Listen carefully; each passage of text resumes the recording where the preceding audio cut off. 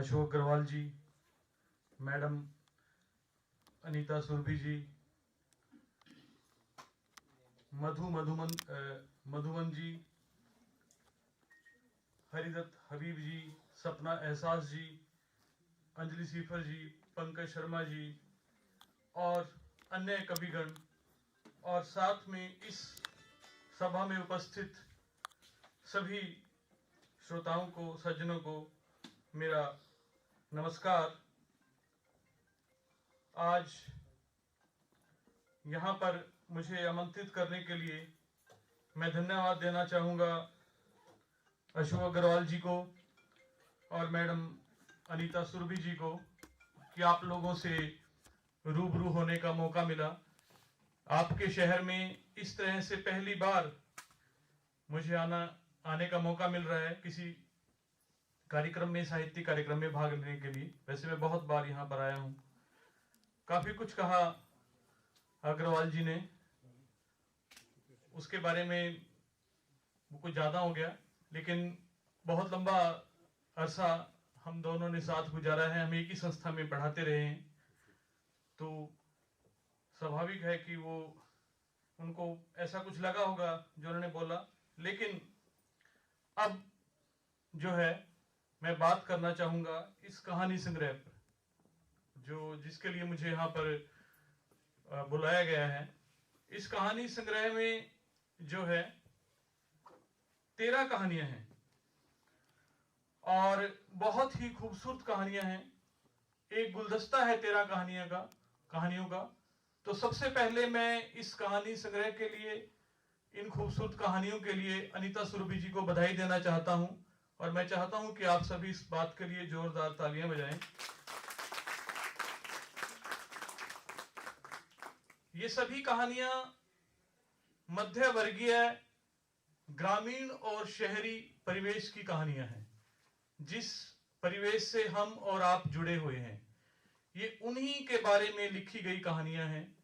आप अपने आप को, अपने आसपास की दुनिया को इन कहानियों में पाएंगे। जब आप इनसे गुजरेंगे तो ये चीज आप नोट करेंगे कि आपको लगेगा कि ये कहानियां हमारे ही आसपास की हैं, कहीं ना कहीं हम हमारी हैं या आसपास की हैं, कोई दूसरी दुनिया की कहानियां नहीं हैं। दूसरी बात, ये सभी कहानियां अलग अलग मुद्दों पर लिखी गई हैं। बहुत से विषय उठाए गए हैं मध्य वर्गीय जीवन के, और इन कहानियों में कुछ 3 कहानियां ऐसी हैं जिन पे सबसे पहले मैं बात करना चाहूंगा। वो कहानियां, उनमें एक कॉमन मुद्दा है, एक जो मुद्दा है वो एक समान है, लेकिन उनमें भी एक बड़ा सूक्ष्म अंतर है। और वो अंतर क्या है, वो बारीकी क्या है, उस पर भी हम बात करेंगे। तो सबसे पहले जो हमारी इस किताब की जो शीर्षक कहानी है, कागज की पुतली। कागज की पुतली की जो नायिका है करुणा, वो जो महिला है, उसमें जो है एक इनसिक्योरिटी है, एक हीन ग्रंथि है। वो इस बात को लेकर है कि मेरे पास बेटियां हैं और पुत्र नहीं है। उससे ज्यादा उसको जो इनसिक्योरिटी है वो इस बात को लेकर है कि ये जो प्रॉपर्टी है उनमें बढ़ जाएगी, और उसको ये स्वीकार नहीं है कि बेटियों को जो है प्रॉपर्टी मिले। वो चाहती है कि मेरे पास ही रहे, पति के मरने के बाद जो है ये प्रॉपर्टी मेरे पास ही रहे। तो इस बात को लेकर वो जो है बहुत सेल्फिश है इस बात को लेकर, और यही सेल्फिशनेस जो है उसको अपनी बेटियों में दिखाई देती है। वो जब बेटियां मिलने आती हैं घर, तो वो जो महिला है ये समझती है कि ये लालच की वजह से आ रही है, इनको संपत्ति का लालच है। समस्या क्या है कि जैसे हम होते हैं हमें सामने वाला भी वैसा ही नजर आता है कि मैं, अगर उसके मन का लालच है उसको लगता है, जबकि बेटियां ऐसा नहीं है, लेकिन वो ऐसा ही समझती है। और इस वजह से जब भी बेटियां आती हैं तो उसका मूड खराब हो जाता है, वो परेशान हो जाती है। उसको संपत्ति से और नोटों से, पैसों से प्यार है। और वो इसलिए जो शीर्षक है कहानी का, कागज की पुतली, पपेट ऑफ पेपर, जो है इसलिए रखा गया है इसका, कहानी का शीर्षक, उस महिला का सिर्फ जो पैसे से मोह है, संपत्ति से मोह है। और वो जो महिला है अंततः जब उसके जो है पति की डेथ हो जाती है और बेटियां भी इसको छोड़ देती हैं, वो अकेली रह जाती है और बहुत खुश है, लेकिन अल्टीमेटली भूकंप आता है और वो मर जाती है।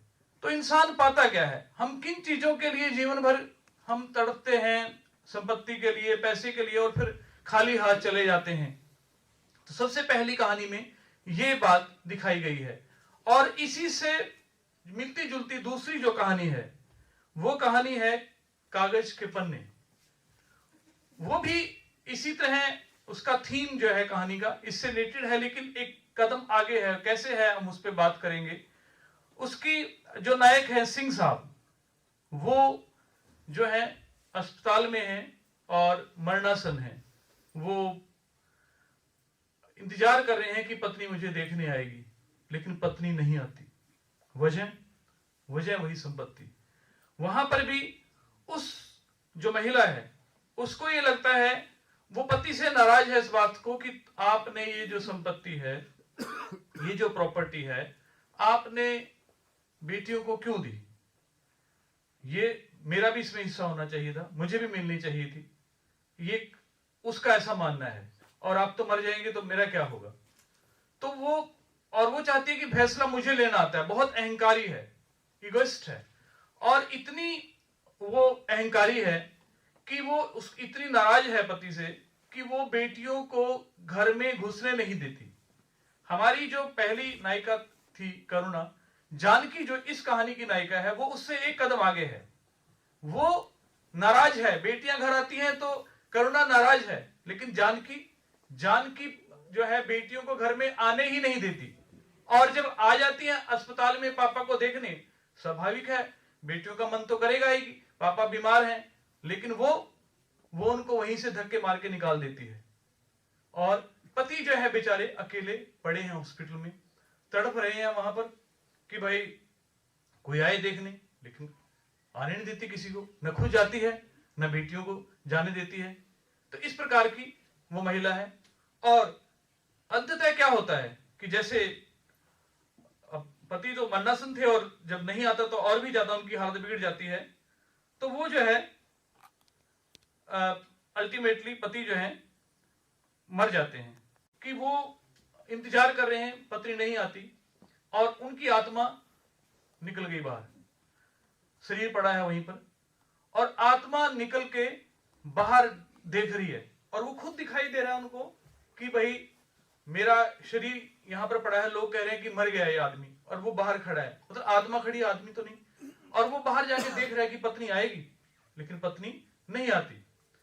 तो कुछ ऐसा कि जैसे हम कहते हैं कि मर गए हम, खुली रही आंखें, ये तेरे इंतजार की हद थी। क्योंकि कवि लोग बैठे हैं यहाँ पर ज्यादा, तो ये मेरा जो विषय है थोड़ा आप समझ सकते हो कि सब लोग कविताएं सुनना चाहते हैं, तो बीच बीच में मेरी कोशिश रहेगी कि मैं इस प्रकार से भी बात रखूं। तो एक ये इसमें दिखाया गया है। और दूसरी बात जो है, एक और इसमें खास बात जो दिखाई गई है वो है कि जो सिंह साहब हैं, जो नायक हैं इस कहानी के, वो बार बार फ्लैशबैक में जाते हैं। कभी कहानी वर्तमान में चलती है, कभी भूतकाल में चलती है।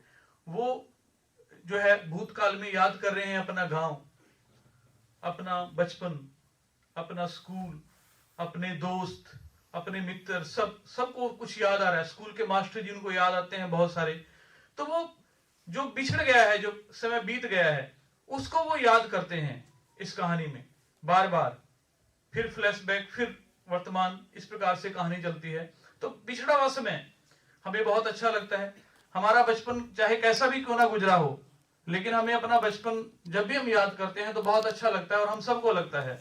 और जो गांव से जुड़े हुए लोग हैं इस बात को समझ सकते हैं कि एक प्यारा सा गांव जिसमें पीपल की छांव, एक प्यारा सा गांव जिसमें पीपल की छांव, छोड़कर गांव को, उस घनी छांव को, शहर के हो गए हैं, भीड़ में खो गए हैं।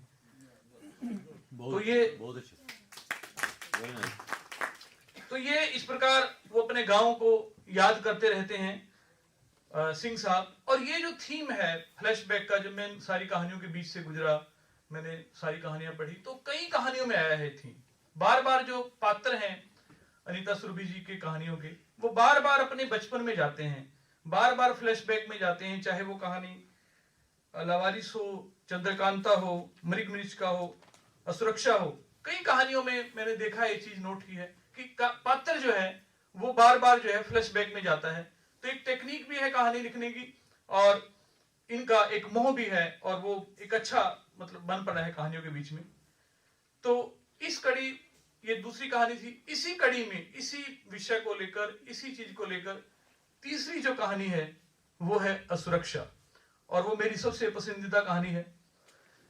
वो कहानी भी इसी बात को लेकर है कि एक माँ है, उनकी 3 बेटियां हैं, और प्रॉपर्टी जो है पति ने उन 3 बेटियों के नाम कर दी और माँ के नाम कर दी।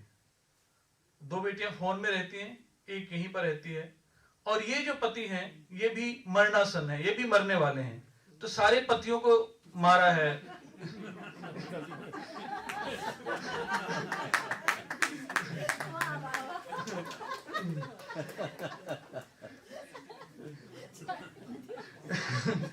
सारे पतियों को ये पता नहीं कौन सी खुन्नस है।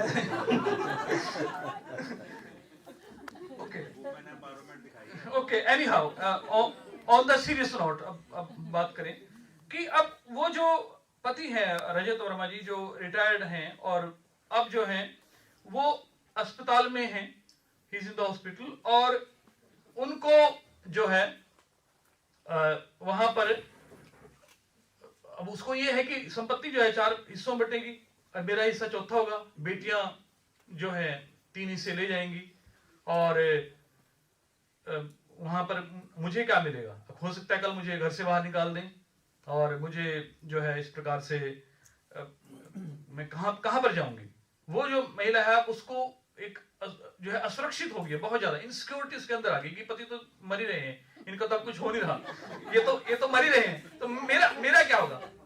अब इस बात को लेकर वो जाती है वकील के पास।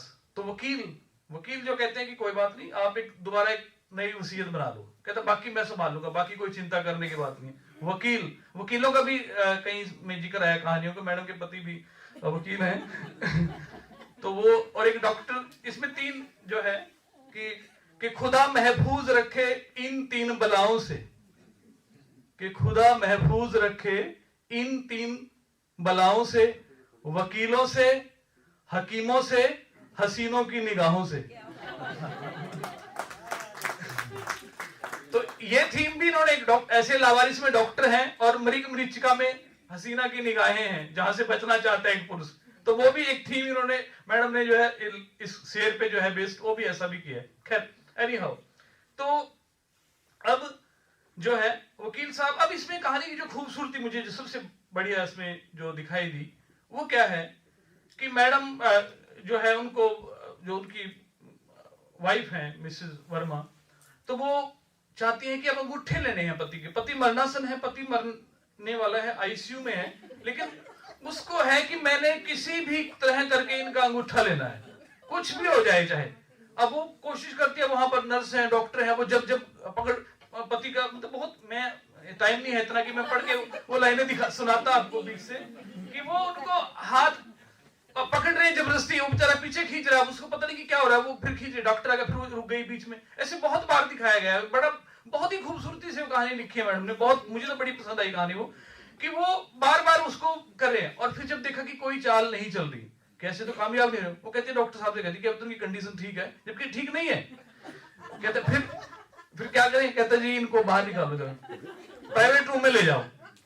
अब वो प्राइवेट में ले जाते हैं उनको, अब वहां पर कोशिश करते नहीं मानते, तो फिर अल्टीमेटली जो पति को उन्होंने कहा कि तो बताना ही पड़ेगा, उनको दिखाते हैं कि भाई ये रशीद है, तो पति जो है ही शॉक्ड, उनको बड़ा सदमा लगता है, और उससे जो है वो उनको अटैक आ जाता है और ही डाइज, वो मर जाता है। अब मतलब, और ये मरना जो है, मतलब ये नहीं कि उनको ऐसा था कि ये नहीं मरेगा, मतलब इस करने, उनको शी इज वेल अवेयर, उसको पता है कि मर सकता है, उन्हें इस बात की कोई परवाह नहीं है कि मर जाएगा, लेकिन जमीन चाहिए। लेकिन वो क्योंकि अब अंगूठा तो नहीं लगता, जमीन तो नहीं मिलती उनको। तो ये जो है, अब इस कहानी में जो है पहली जो नायिका थी हमारी करुणा, वो बेटियों को जो है जो है उनका घर आना उसको लगता है कि ये क्यों आ रही है, लालच है इनके मन में। दूसरी उनका घर नहीं आने देती वो। लेकिन तीसरी जो नायिका है हमारी, तीसरी जो नायिका है मिसेज वर्मा, ये उन दोनों से कहीं आगे है, उनसे ज्यादा। इसको पति को मारते भी कोई गुरेज नहीं है। ये इस कहानी में दिखाया गया। और ये हिंदी कहानी के लिए अगर मैं इस बात को कहूं, ये हिंदी कहानी में जितनी कहानियां मैं पढ़ता हूं बिल्कुल नई चीज दिखाई है। और ये आज की वास्तविकता है, रियलिटी है। एक जमाना था जब हिंदी कहानी आंदोलन चला हमारे यहाँ 60s में, राजेंद्र यादव, मोहन राकेश और कमलेश्वर जी के नेतृत्व में। और इधर 3 महिलाएं बहुत अच्छी कहानियां लिख रही थी, मनु भंडारी, उषा प्रेमवदा और कृष्णा सोपती जी। तो उन्होंने जो चित्रण किया था वो आज की नारी का किया था, कि उस जमाने की नारी का, कि जो कामकाजी महिलाएं हैं उनकी समस्याएं क्या है, उनकी इच्छाएं क्या है, वो क्या चाहती हैं। तो उन्होंने एक नई स्त्री जो है अपनी रचनाओं के जरिए दी। वो नई स्त्री, उसकी नई सोच, नई विचार, नई समस्याएं। जो पहले एक आदर्शवादी स्त्री हुआ करती थी कि जो त्याग करती थी, कि परिवार के लिए त्याग कर रही है, सारा जो त्याग ही करती रहती थी, वो एक नई स्त्री आई, नई चेतना। लेकिन उसके बाद अब जो स्त्री के बारे में लिख रही हैं मैडम अनीता सुरभि जी, वो बिल्कुल एक नई स्त्री हैं। वो जिसको पति को मारते हुए भी कोई दिक्कत नहीं है। ये आज के जमाने की स्त्री है। हाँ बिल्कुल बिल्कुल, हाँ बिल्कुल, आप टीवी सीरियल में देखते हैं। और कितनी हर रोज हम, ये कोई ऐसा नहीं है कि वैसे लिख दिया। आज आप देखते हैं कि जो कानून बने हैं नए, और इन कहानियों में पुरुष जो है विक्टिम है। पुरुष, स्त्री विमर्श, स्त्री विमर्श की बहुत चर्चा हुई ना, मैडम ने पुरुष विमर्श दे दिया। मैम आपके हस्बैंड को आना चाहिए। तो ये जो कहानियां है पुरुष, जो पुरुष, तीनों कहानियों में पुरुष बेचारा जो है शिकार है, विक्टिम है, तीनों कहानियों में। तीनों, और तीनों के तीन जो है अस्पताल में ही है। तो और पत्नियां जो है इस प्रकार से उनको ये दिखाया गया। तो ये नई स्त्री है। और ये अच्छी बात है कि ये जो कहानियां हैं मैडम, मतलब किसी महिला लेखिका ने लिखी। अगर कोई पुरुष लिखता तो शायद भी एक आपत्ति भी हो सकती थी, भी कैसे आप कैसी स्त्री दिखा रहे हो। तो लेकिन ये सच्चाई है, इसमें आज समाज में देखते हैं। तो ये पुरुष विमर्श की कहानी है, तीनों कहानियां। अब अगली कहानी में बात करते हैं हम। लेकिन एक और, अब ये मत कहो कि खाली इन्होंने स्त्रियों में ही लालच दिखाया प्रॉपर्टी का, पुरुषों को भी नहीं बख्शा इन्होंने, बराबर कर दिया, बैलेंस कर दिया। मामला जो है बिल्कुल संतुलन रख छोड़ा है कहानियों में। उसी की हैं 2 कहानियां। उन कहानियों का मैं बात करता हूं, चंद्रकांता और वसीयत। चंद्रकांता जो कहानी है, वो जो महिला है उसके 2 बेटे हैं। हालांकि एक बेटा उसका है अपना, और एक उसकी बड़ी बहन का है। उसको, अब वो उसकी शादी जो है अपने बहनोई से, क्योंकि उसकी डेथ हो जाती है तो उसके साथ कर दी जाती है। तो बेटे जो हैं उनकी केयर नहीं करते, पढ़ लिख जाते हैं, एक फॉरेन चला जाता है, एक यहीं पर रहता है, बहू है घर में, लेकिन वो केयर नहीं करती। और इस बात से वो जो महिला है बहुत ज्यादा आहत हो जाती है, चंद्रकांता, और वो घर छोड़ के चली जाती है हरिद्वार, आश्रम में रहने लग जाती है। कोई नहीं पूछता वर्षों तक। और 16 साल बाद बेटा आता है, और वो बेटा जो है कहता है, वो सब खुश होते हैं उसके संगी साथी कि चलो अब तो इसको सद्बुद्धि आ गई, अब तो ये लेने आया है माँ को। लेकिन वो माँ को लेने नहीं आता, वो संपत्ति के लिए आता है, प्रॉपर्टी के लिए आता है, जो आज के समाज में हम देखते हैं। तो ये कहानी चंद्रकांता, पुरुषों का लालच है इसमें। और इसी थीम पे एक दूसरी कहानी है जिसमें और भी पुरुष जो लालच है वो और भी ज्यादा मुखरता से उभर के आता है। वो है वसीयत। वसीयत कहानी में क्या है, वहां पर जो भाई हैं वो बहनों को जमीन नहीं देना चाहते। माँ के नाम जमीन है 16 एकड़। अब उनको लगता है कि माँ की डेथ के बाद जमीन जो है वो बहनों में जाएगी। और अब वो क्या करते हैं, झूठी वसीयत बना लेते हैं, नकली, जो पहले फर्जी साइन करके उनकी। और उसके बाद जब बहनों को पता चलता है तो वो कोर्ट में ले जाती है मामला, और पंचायत होती है। तो बात क्या है कि इसमें जो मुद्दा है या इसमें जो विषय है कि हमारी सरकार ने कानून जरूर बना दिए कि महिलाओं को जमीन मिले, प्रॉपर्टी मिले, लेकिन असलियत क्या है आप सब जानते हैं। ये जो कहानी है एक सवाल खड़ा करती है कि इस कानून भी कई बार जो है बड़ी दिक्कत पैदा कर देते हैं। अब अगर बहनें जमीन मांगती हैं तो भाई नाराज हो जाते हैं। और कुछ जगह तो ऐसे भी देखा, मैंने अपने आसपास देखा है कि बहनें नहीं चाहती, बहनें नहीं जमीन चाहती, लेकिन पति चाहता है। एक औरत क्या करे बेचारी, अगर वो नहीं मानती पति की तो पति नाराज, अगर मांगती है तो भाई नाराज। तो ये एक हमारे समाज को अभी बदलने में बहुत टाइम लगेगा। जब महिलाओं को, बेटियों को हम बराबरी का हक देंगे, खासतौर पे संपत्ति में, तो उसमें एक टाइम लगेगा। तो ये एक मुद्दा, इशू इस कहानी में उठाया गया है।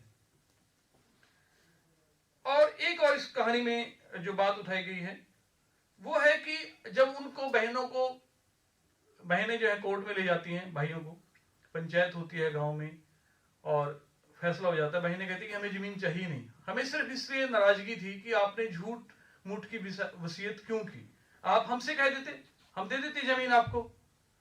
और यही बात असुरक्षा में भी आई है कहानी में। उस कहानी में क्या है कि जब बेटियां फौरन से आती हैं, मिस्सी वर्मा जिन्होंने अपने पति, जिनकी वजह से डेथ हो गई है, तो वो कहती मम्मी हमें तो जमीन चाहिए नहीं। तो दोनों कहानियों में ये बात उठाएगी कि हम कई बार इतने ज्यादा अपने आप में ही ये समझ लेते हैं कि सामने वाला बहुत लालची है, जबकि हम हमारा अपना ही प्रतिरूप उसमें देखते हैं। तो ये दोनों कहानियों के अंदर ये उठाया गया है।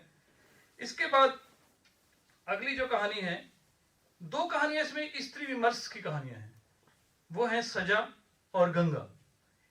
सजा जो कहानी है वो भ्रूण हत्या पर लिखी गई है, और गंगा जो है वो पुरुष के जो दोहरा मापदंड है उस पर लिखी गई है। सजा में जो मालती है वो शिक्षित है, नौकरी पेशा है, दो बेटियां हैं उनके पास, और वो जो है अब उसके बाद 2 बार अबॉर्शन हो चुका है, उसके बाद वो इतनी वीक हो चुकी है कि वो नहीं चाहती कि नेक्स्ट टाइम अबॉर्शन हो, लेकिन जो है उस पर दबाव है परिवार का, और इस बात के लिए उसको प्रेशराइज किया जाता है। तो ये बड़ा मुद्दा है हमारे जो हम जिस इलाके में रहते हैं, हरियाणा, पंजाब और चंडीगढ़ में, आप जानते हैं कि देश का सबसे कम लिंगानुपात यहीं पर है। और अगर पूरे देश के संदर्भ में बात की जाए तो बहुत बड़ी संख्या है, और एक बहुत भयावह आंकड़ा है ये, आपको हैरानी होगी जानकर कि 1 करोड़ से ज्यादा भ्रूण हत्याएं हमने की हैं पिछले 25 सालों में। तो किस बात में हम महान हैं, कैसे हमारा भारत महान है जब हम ऐसे काम कर रहे हैं। तो ये सब प्रश्न उठाए गए हैं इस कहानी के माध्यम से भी। और अब एक और इसमें बात है कहानी में कि हमारे समाज की साइंटिफिक अप्रोच नहीं है। सबको पता है कि जो बेटा और बेटी का निर्धारण में स्त्री का कोई हाथ नहीं, इसमें जो है कोई भूमिका नहीं है, पुरुष की भूमिका है। लेकिन ये हमें स्वीकार ही नहीं है। जब वो पति को ये बात कहती है तो पति को ये स्वीकार ही नहीं है, उसको उसका जो मेल ईगो है वो जाग जाता है, उसको पिटाई करता है महिला की। तो ये हम सच्चाइयों को जो है, जो साइंटिफिक अप्रोच हमारे समाज के लिए, और उनको सुनना नहीं चाहते हम, इन ऐसी बातों को, कड़ी बातों को, ये इसमें दिखाया गया है। अगली बात इसमें जो ये जो सास है उसकी, और आप जानते हैं घर में सास और ननद को सबसे ज्यादा बेटे की चाह होती है, महिला होने के बावजूद भी वो सबसे ज्यादा प्रेशराइज करती हैं। ऐसा अमूमन घरों में हम देखते हैं कि बहुत डायरेक्ट इनडायरेक्ट उनका कहीं ना कहीं प्रेशर होता है। तो ये भी इसमें बताया गया है इस कहानी के अंदर। और लास्ट इसमें जो बात कही गई है कि वो महिला जब उसको पति मना लेता है आखिर में और अबॉर्शन करवाने जाती है, तो वो इतनी कमजोर हो चुकी है कि अल्टीमेटली सी डाइज, मर जाती है वो। तो हमें बेटा इस हद तक चाहिए, मतलब मर भी जाए अगर महिला तो हमें फिर भी बेटा चाहिए। तो इतना मोह ज्यादा हमारे समाज का है। तो ये इस कहानी में सजा में कहा गया है। और इसके बाद जो कहानी है वो है गंगा। गंगा एक स्त्री है जिसका जीवन बड़ा खुशहाली से चल रहा है, जिसको कोई समस्या नहीं, आराम से पति कलर्क हैं, सब खुशहाली है। लेकिन एक दिन उसकी जिंदगी में एक टर्निंग पॉइंट आता है, उसके पति जो है किसी दूसरी महिला के साथ भाग जाते हैं। अब वो तो चले गए, अब ये जो महिला है इसके पास क्या चारा है। ये महिला, अब इसके पास आर्थिक कोई मदद नहीं, पड़ोसी मुंह मोड़ लेते हैं, मायके वाले कोई मदद नहीं करते हैं, कोई उसकी मदद को आगे नहीं आता है। और जो मदद को आते हैं, क्योंकि भी वो सुंदर है, जवान है, 32 साल उसकी उम्र है, और जो लोग उसकी मदद करने के लिए आते हैं उनके सबके स्वार्थ हैं, डायरेक्ट इनडायरेक्ट। वो जो उसकी मदद करते हैं, बच्चों के माध्यम से मदद करते हैं, उसको ये स्वीकार नहीं है। वो जानती है कि सबकी गिद्ध निगाहें हैं, क्या ये चाहते हैं। अब उसके पास कोई चारा नहीं है। उसकी सहेली जो है उस महिला उसको एक पुरुष जो है राधेश्याम जी, उनके यहाँ एक रिटायर्ड हैं, और वो जो है उनके बेटे फॉरेन में रहते हैं, उनको सहारा मिलता है उनका। वो जो है उनको अभी और है सर, अभी पानी पीने लगे आप। तो हाँ जी, तो वो जो राधेश्याम जी हैं, वो बहुत अच्छे इंसान हैं, उनकी मदद करते हैं, बच्चों को पढ़ाते हैं उनके, और वो दोनों इस बीच करीब आ जाते हैं। वही बच्चे जब बड़े होते हैं तो वो उनको ये बात पढ़ लिख के नौकरी लग जाते हैं, तो पूछते हैं राधेश्याम कौन है, तो यही वो उनको गवारा नहीं है वो आदमी। अब उनसे अगर ये देखा जाए, अगर वो महिला उस आदमी का सहारा ना लेती तो उसके पास क्या चारा था, कहाँ जाती वो, बच्चे क्या करते, ना वो पढ़ लिख पाते, भीख मांगते, छोटे मोटे काम करते। आज उस आदमी की मदद से वो पढ़ लिख गए, उनका जीवन संवर गया, आज वही अपनी माँ से सवाल कर रहे हैं और छोड़ के चले जाते हैं माँ को। तो जो हमारे समाज के दोहरे मापदंड हैं, जो डबल स्टैंडर्ड हैं हमारे, वो इस कहानी में बताए गए हैं। उसके बाद दो कहानियां और हैं, जो लवारिस और साख। लवारिस कहानी एक पंजाब में एक बहुत समय पहले एक मुद्दा चला था अंग व्यापार का, ऑर्गन्स ट्रैफिकिंग, और शराबबंदी साख जो है वो शराबबंदी के ऊपर है। तो लवारिस कहानी में एक ऐसा बच्चा है पार्थ, जो कहानी कहता है, उसके जरिए कहानी कही गई है। वो बच्चा मंदबुद्धि होता है, बचपन में बुखार, जापानी बुखार से उसका दिमाग में चढ़ जाता है और मंदबुद्धि बन जाता है। अब उस बच्चे को अनाथ हो जाता है, माँ बाप नहीं है, भाई पढ़ा लिखा है, नौकरी पेशा है, लेकिन केयर नहीं करता।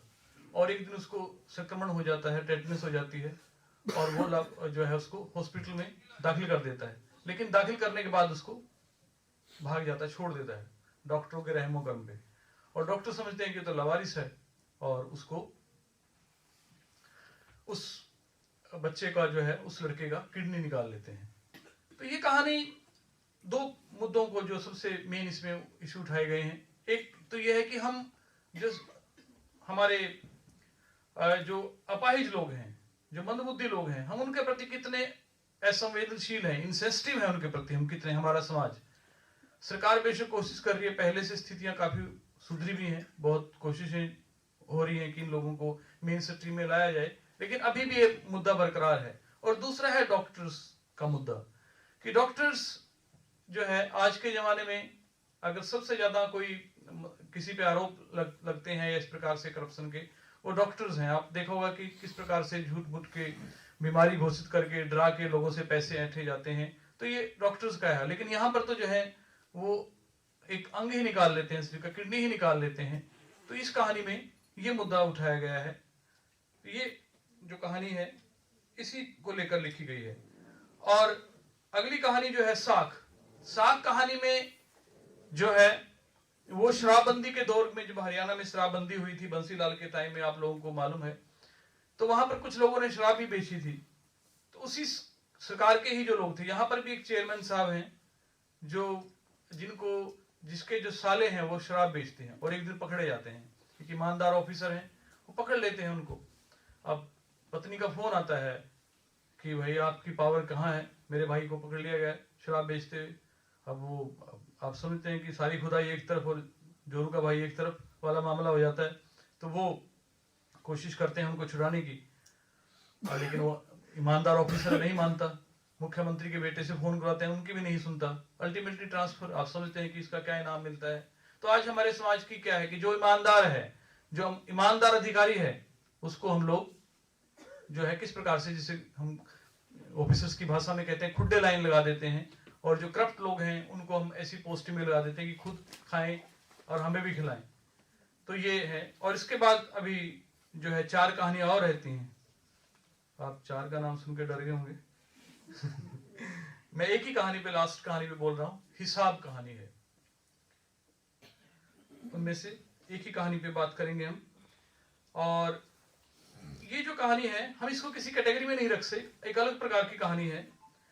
और इस कहानी में जो नायक है उसका नाम तक भी नहीं बताया गया है, और ये जानबूझ के किया गया है शायद। वजह कि ये सब मध्यवर्गीय जो लोग हैं, हमारी जो दुविधा है, हमारी जो मन की, वो उसकी बात इसमें की गई है। एक आदमी है जिसकी आर्थिक हालत बड़ी खराब है, कर चढ़ा हुआ है, नौकरी में गुजारा नहीं हो रहा, उस पर दिन नित नए खर्चे आते जाते हैं। एक दिन वो आदमी मंदिर में जाता है, और मंदिर में जाता है, वहां पर देखता है कि एक आदमी जो है पर्स खोलता है उनके सामने, एक ही आदमी है वहां पर, ये है या वो है, बुजुर्ग आदमी है और उसके पर्स में जो है हरे हरे नोट हैं।